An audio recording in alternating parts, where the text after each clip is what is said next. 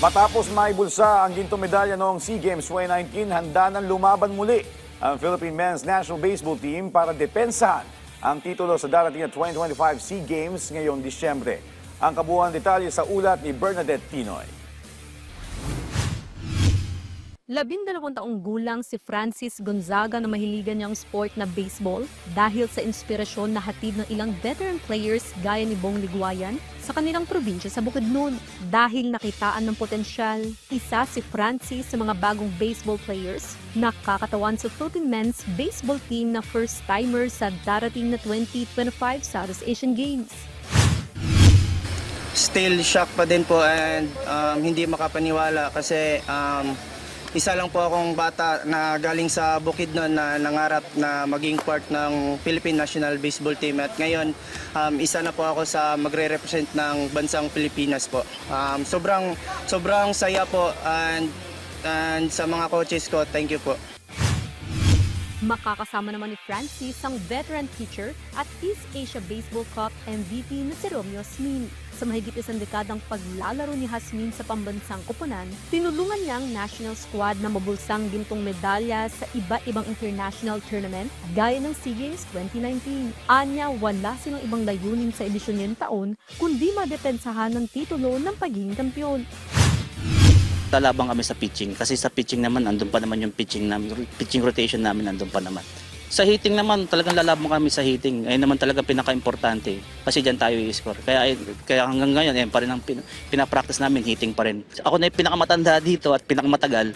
Siguro iyaano ko na yung pinaka-best ko sa pitching. Baka ito na rin yung last na SEA Games ko, baka sakali kasi tumatanda na rin po tayo.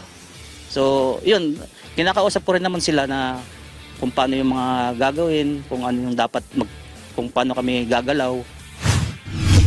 Ayon kay Philippine Amateur Baseball Association Secretary General Michael Asuncion, Enero pa lang puspusan ng paghahanda ng national team para sa SEA Games. Inaasahan din na marami pa silang handog na oportunidad sa mga manlalaro, lalong-lalo na sa layuning palakasin ng grassroots program sa bansa. We're very well prepared. We've been preparing since day one. Nagsimula ang taon na ito. And we recently joined the BFA Asia Men's Championship na parang preparation na rin yan para dito sa SEA Games. Malaking chance natin. We're very confident but of course we cannot be overconfident. Nag-i-invest din kasi yung ibang teams sa kanilang baseball programs. And I'm glad na bibigyan ngayon ng atensyon ng baseball at natutulungan ng Philippine Sports Commission para lalong maging popular nationwide. Kasi ang kailangan naming growth lateral Kasi masyadong maliit ang community ng baseball. Pag mapalaki mo yan, mas magiging competitive. Kasi people will have to work harder to earn their spots. We're inviting everybody to support our national team dito sa SEA Games. Defending champion tayo and we hope to keep the crown in the Philippines and maybe after that we can aim for a higher goal. Sa bawat paghampas ng mga atleta, wala silang ibang hangad kundi makuha ang gintong medalya sa darating na SEA Games 2025. Bernadette Tinoy para sa Atletang Pilipino, para sa Bagong Pilipinas.